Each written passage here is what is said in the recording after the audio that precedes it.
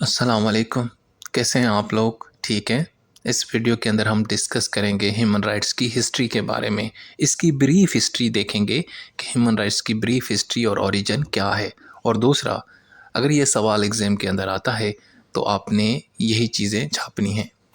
सबसे पहले अगर हम इंट्रोडक्शन की बात करें तो ह्यूमन राइट्स लॉ क्या है? यार, ह्यूमन राइट्स लॉ एक बॉडी है जिसमें इंटरनेशनल और डोमेस्टिक लॉज़ हैं। और ये जो लॉज़ कवानीन हैं ये हमारे ह्यूमन राइट्स को प्रोटेक्ट करते हैं, हमारे फंडामेंटल राइट्स को प्रोटेक्ट करते हैं और मेक श्योर करते हैं कि लोगों को उनके ह्यूमन राइट्स दिए जाएँ। ठीक है? और ये जो ह्यूमन राइट्स हैं ये इनहेरेंट हैं, ये नेचुरल हैं, ये हमें पैदाइशी तौर पे दिए गए हैं। आपका किसी भी मज़हब से ताल्लुक़ है, आपकी नेशनैलिटी क्या है, आपकी नस्ल क्या है, आप अमीर हैं, गरीब हैं, आपका जेंडर क्या है, इससे कोई फ़र्क नहीं पड़ता। आप इंसान हैं तो आपको ह्यूमन राइट्स दिए जाएंगे। लेकिन अगर आप कार्टून हैं, आप जानवर हैं, तो फिर आपके ह्यूमन राइट्स नहीं होंगे। दूसरा, ये जो ह्यूमन राइट्स का जो लॉ होता है ना, ये एक्चुअली इंश्योर करता है, मेक श्योर करता है कि तसल्ली करता है कि हर इंसान को उसके अपने फंडामेंटल राइट्स दिए जाए ताकि वो अपनी ज़िंदगी को आज़ादी के साथ गुजार सके। ऐसी ज़िंदगी नहीं जिसके अंदर डिस्क्रिमिनेशन हो, जिसके अंदर तअस्सुब हो, जिसके अंदर नफ़रत हो, जिसके अंदर वायलेंस हो, जिसके अंदर ऑप्रेशन हो। ठीक है? सो ह्यूमन राइट्स लॉ का बुनियादी मकसद ये है कि आप एक इज़्ज़त वाली ज़िंदगी आज़ादी से गुजार सकें। अब हम देखेंगे इसकी हिस्ट्री के बारे में। पहला सवाल ये आता है कि क्या ह्यूमन राइट्स इतने ही पुराने हैं जितनी ह्यूमन सिविलाइजेशन? यानी जितना इंसान पुराना है उतने ही ह्यूमन राइट्स पुराने हैं? तो किसी हद तक ये बात बिल्कुल दुरुस्त है। जब ये दुनिया बनी और ह्यूमन राइट और यहाँ पे इंसान आए तो वो अपने साथ ह्यूमन राइट्स लेके आए। अगर हम इसकी कोडिफ़िकेशन की बात करें, वैसे तो वर्बली तौर पे पहले भी ह्यूमन राइट्स मौजूद थे, लेकिन अगर हम प्रॉपर कोडिफ़िकेशन की बात करें तो इसकी हमें जो एक हिस्ट्री मिलती है वो मिलती है बेबीलोन से। एक बाबुल की सल्तनत हुआ करती थी दोस्तों, इराक़ के जो इराक़ का जो इलाका है वहाँ पे, ये मौजूदा इराक़ है ना, यहाँ पे एक बाबुल की सल्तनत हुआ करती थी। और वहाँ पे एक बादशाह था जिसका नाम था हम्मुराबी, बहुत अच्छा बादशाह था। इसने एक कुछ लॉज़ बनाए थे, कुछ कवानीन बनाए थे जिसको बोलते हैं कोड ऑफ हम्मुराबी। तो उसने अपनी उस कोड और रूल्स के अंदर प्रिंसिपल्स ऑफ जस्टिस, फेयरनेस और प्रोटेक्शन की बात की थी। उसने इंसाफ की बात की थी। उसने कहा कि लोगों को प्रोटेक्शन दी जाए, कोई भी काम किया जाए तो उसमें देखा जाए कि किसी के साथ कोई ज़्यादती ना हो। तो ये उन्होंने कुछ बातें अपने लॉज़ के अंदर लिखी गई थी, तो इसीलिए हम कह सकते हैं कि ये फ़र्स्ट टाइम जनाब ह्यूमन राइट्स कोडिफ़िकेशन हमें यहाँ पे नज़र आई। तो अगर हम हिस्ट्री की बात करें तो हमें अगर ऑथेंटिक हिस्ट्री अगर मिलती है रिटन फॉर्म में ह्यूमन राइट्स की, तो वो किंग ऑफ हम्मुराबी की कोड से मिलती है। हालाँकि उसका जो कोड ऑफ हम्मुराबी था ना, वो कोई मुकम्मल नहीं था, उसमें भी बहुत सारी यानी कि कमी पेशियाँ थी, ख़ामियाँ थी, वीकनेस थी।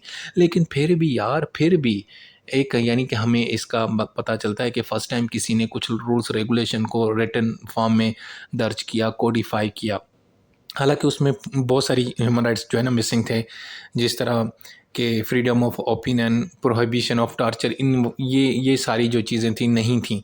लेकिन फिर भी कुछ चीज़ें मौजूद थीं, तो हम ये कह सकते हैं कि ये जनाब एक पहला स्टेप था ह्यूमन राइट्स की हिस्ट्री के अंदर। और हालाँकि ये यूनिवर्सल भी नहीं थे, ये सिर्फ़ लिमिटेड थे। और ये जो हम्मुराबी साहब ने ये जो रूल्स रेगुलेशन बनाए थे वो सिर्फ़ बाबुल की सल्तनत तक ही महदूद थे, बाकी दुनिया में ये फ़ॉलो नहीं किए जाते।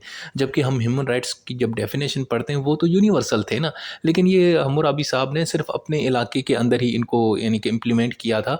और इसमें फिर भी कुछ बहुत कमी पेशियाँ थी, लेकिन फिर भी कुछ ऐसी चीज़ें थी जिसको हम ये कह सकते हैं कि चलो यार, फ़र्स्ट टाइम किसी बंदे ने एक शुरुआत तो की ह्यूमन राइट्स की। अब हम देखते हैं इसकी ब्रीफ ओरिजिन अच्छे तरीके से, ये तो मैंने आपको वैसे बता दिया। अच्छा जी, सबसे पहली जो अगर हम इसकी एंशिएंट ओरिजिन देखें तो वो हमें मिलती है साइरस। हाँ जी, यार ईरान का एक बादशाह था साइरस, और ईरान को उस ज़माने में पर्शिया कहते हैं।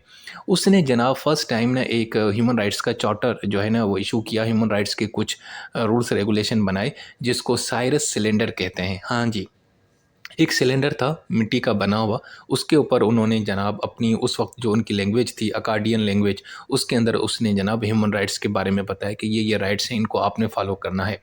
अब उसके अंदर क्या लिखा गया था? उसके अंदर लिखा गया था कि जो ग़ुलाम हैं उनको आज़ादी की बात की गई थी, रिलीजियस फ्रीडम की बात की गई थी, और दूसरा ये है कि आपकी नस्ल कोई भी है आपको बराबर ही आपके साथ ट्रीटमेंट की जाएगी। तो ये जनाब उस सिलेंडर के ऊपर लिखा गया था। तो कहा जाता है कि ह्यूमन राइट्स राइट्स की जो हिस्ट्री है उसमें पहला जो चार्टर दिया गया था वो साइरस सिलेंडर था, जो साइरस जो बादशाह था पर्शिया का उसने दिया था, और इसलिए इसको साइरस सिलेंडर भी कहते हैं। सो ये first charter of human rights माना जाता है, ठीक है। और अब इसको जनाब 6 लैंग्वेजेस के अंदर जो है ना यूएनए की 6 लैंग्वेजेस हैं उसके अंदर इसको ट्रांसलेट भी किया गया है। तो ये जनाब सिलेंडर था इस तरह, ये जनाब ये आज भी मौजूद है, जो यूके की जो लाइब्रेरी है वहाँ पे ये मौजूद है, और ये तकरीबन देखें 2600 साल पुराना है। और इसकी जो है ना ये बिल्कुल ये इसकी साइज़ इतनी है जितना एक फ़ुटबॉल होता है, और इसके ऊपर अकाडियन लैंग्वेज के में लिखा गया है। अब आप ऐसे देख रहेंगे कि पता नहीं क्या ये इस तरह के कोई सटा लग रहा है कोई मकई का, हालांकि है नहीं। और ये जो लैंग्वेज आप देख रहे हैं ये आपको ना समझ आ रही है ना मुझे समझ आ रही है, लेकिन ये अकाडियन लैंग्वेज थी उस ज़माने में। सो इस लैंग्वेज को समझने वाले जो एक्सपर्ट्स हैं उन्होंने हमें बताया कि भाई इन्होंने यहाँ पे ह्यूमन राइट्स की बात की है।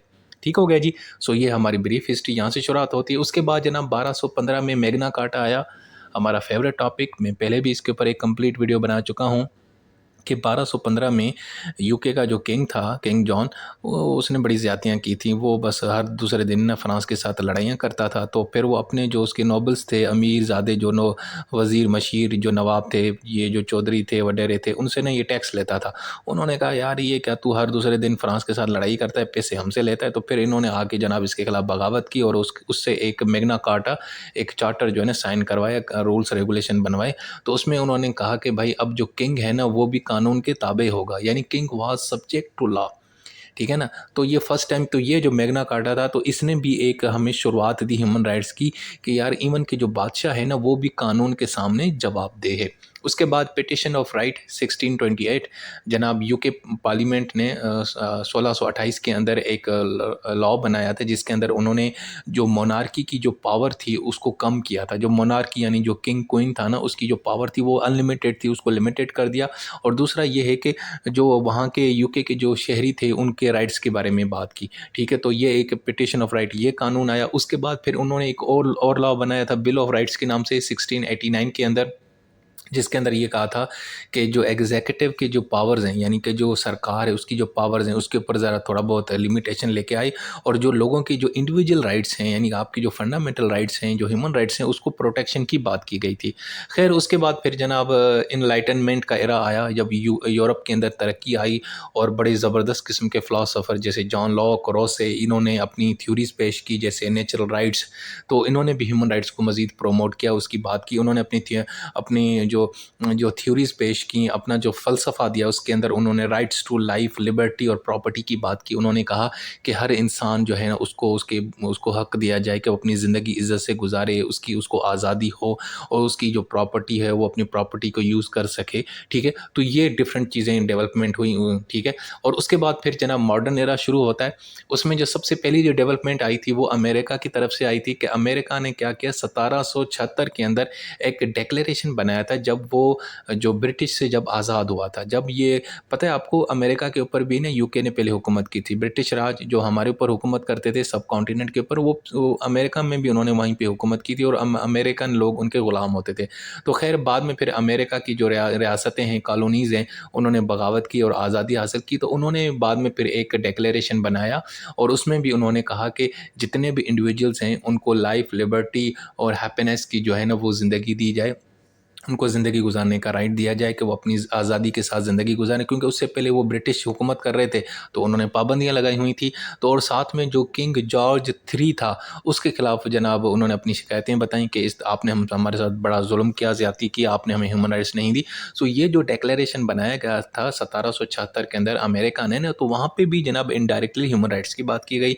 उसके बाद बिल ऑफ राइट्स जनाब 1700 जो है ना 1791 के अंदर ये हुआ था कि 1791 के अंदर के फर्स्ट टाइम जो कॉन्स्टिट्यूशन है यूएसए का उसकी जो फर्स्ट 10 अमेंडमेंट्स थी उसको इंट्रोड्यूस कराई गई, और वो जो फर्स्ट 10 अमेंडमेंट्स थी वो एक्चुअल फंडामेंटल राइट्स थी जिसको बाद में बिल ऑफ राइट्स का भी नाम दिया गया।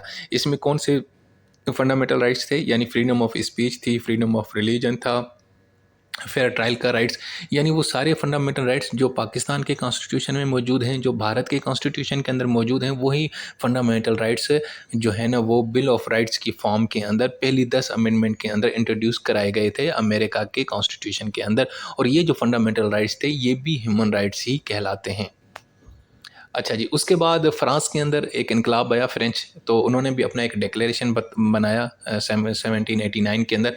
तो उन्होंने भी जो है ना principles of liberty, equality, fraternity की बात की, बराबरी की बात की, इंसाफ की बात की, रूल ऑफ लॉ की बात की, क्योंकि फ्रांस में भी बड़ी जहालत थी और वहाँ पे जो बादशाह था उसने बड़ा जुल्म किया था, लोगों के फंडामेंटल राइट्स बड़े मुतासर हो रहे थे, तो वहाँ पे इनकलाब आया। तो उसके बाद उन्होंने एक डिक्लेरेशन बनाया और उन्होंने अपने हकूक़ की बात की और उसने कहा कि जनाब सबको इंसाफ के, सबके साथ इक्वल ट्रीटमेंट की जाएगी, सबको इंसाफ दिया जाएगा। ये नहीं है कि ये मज़दूर है तो इसको जनाब इंसाफ नहीं देना, ये जो अमीर है तो इसको ज़्यादा फेवर देनी, ऐसा नहीं होगा।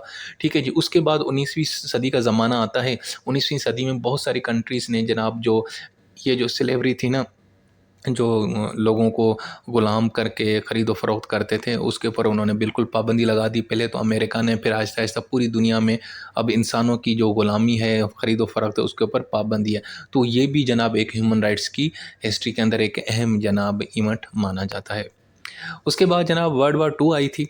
उसके बाद बहुत सारी चीज़ें तब्दील हो गई। आपको पता है वर्ल्ड वार टू के बाद जर्मनी तबाह व बर्बाद हो गया, जापान भी तबाह व बर्बाद हो गया। तो उसके बाद हुआ ये था कि जो वर्ल्ड वार टू है ना, उसकी शुरुआत की थी जर्मनी ने, यानी कि हिटलर ने। तो फिर ये हुआ था कि जब जर्मनी को शिकस्त हो गई वर्ल्ड वार टू के अंदर और जापान को, तो जर्मन के जितने भी बड़े लोग थे, जो जो भी जनरल वगैरह थे, उनके खिलाफ ट्रायल शुरू किया गया था। जो नाज़ी जो फ़ौज थी, उसके खिलाफ जनाब जब ट्रायल शुरू किया गया था, तो उसको नाम दिया गया था न्यूरमबर्ग ट्रायल। ठीक है। इस ट्रायल के अंदर क्या हुआ था कि इनको जनाब सज़ाएँ दी गई थी कि आपने जो है ना ह्यूमन राइट्स की वायलेशन की है, आपने ह्यूमैनिटी के खिलाफ जुर्म किया है, आपने जंग शुरू करके इतने इंसानों की जानें ज़ाया हुई। अगर आप लोग जंग न शुरू करते तो इतने इंसान ना मारे जाते। इसी तरीके से टोक्यो ट्रायल्स भी शुरू हुआ। ये जनाब जापान की फ़ौज के खिलाफ शुरू हुआ था। जापान के जितने बड़े-बड़े ओहदेदार थे, मेजर जनरल, लेफ्टिनेंट ये वगैरह, उनके खिलाफ ट्रायल शुरू हुआ था। सो ये जो ट्रायल्स थे, ये भी एक अहम डेवलपमेंट मानी जाती है इंटरनेशनल लॉ के अंदर ह्यूमन राइट्स के हवाले से, कि फ़र्स्ट टाइम जनाब जो क्राइम्स किए गए थे ह्यूमैनिटी के खिलाफ, जिनको वार क्राइम्स भी कहा जाता है, उसमें जो लोग मुलविस थे उसके खिलाफ ट्रायल शुरू किए गए। ठीक है। सो ये भी बड़ी एक बेहतरीन एक एग्जांपल सेट हुई और वहाँ से भी पता चला कि यार, यानी कि war crimes, crimes against humanity, genocides, लोगों को मारना, टार्चर करना, ये भी ह्यूमन राइट्स की वायलेशन है। तो ह्यूमन राइट्स की वायलेशन की सूरत में नाज़ी की फ़ौज थी और जापान की फ़ौज थी, उनके जो बड़े ओहदेदार थे, उनको सज़ा दी गई और उनके खिलाफ ट्रायल शुरू किया गया था।